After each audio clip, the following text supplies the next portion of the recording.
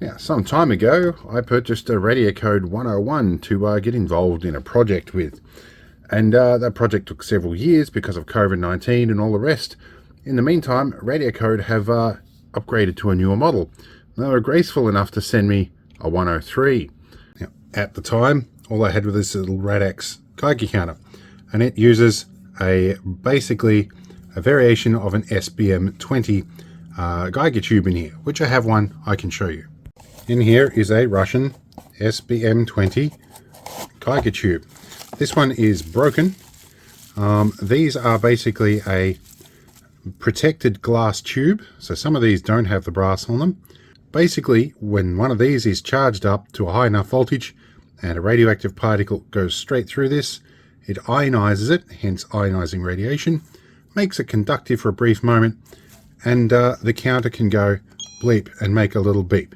You'll hear a bit of cosmic radiation cause the beep going on there. Some of these it represents as a click, and I have one in the background here that does the same thing, that uses exactly one of these tubes right in there. The problem with a Geiger tube is that all you can tell is that things are radioactive, not what kind of radiation they are. So after a great deal of research, I came across the Radiacode 101, which seemed to be a new iteration of a product from a company called Radiacode. This worked very well.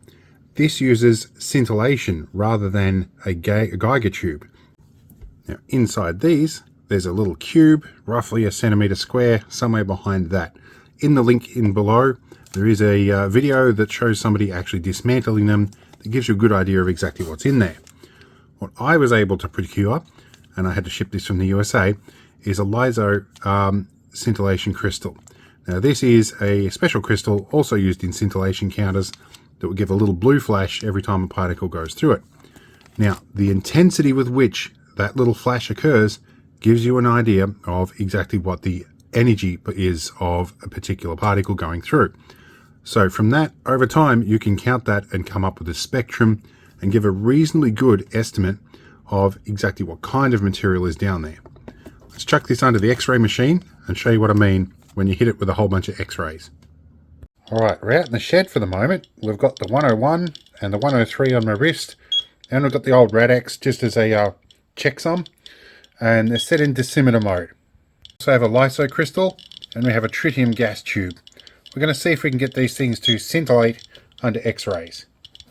We have an old animal X-ray machine here. We've got a few lead bricks and a lead plate to try and deal with the backscatter. Now, previously I've run this conservatively at 15 milliamps. We're going to dial it up to 30 milliamps today. Alright, we're underneath the X-ray machine here. We're going to turn off our focusing light. You can see the blue glow from the tritium tube because there's a bit of tritium gas. And off to the left of that is the LISO crystal.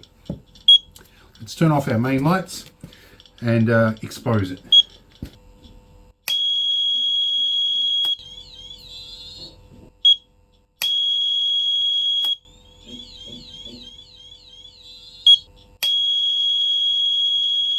Now with that out of the way, it's time to get on the road and to go and scan the area.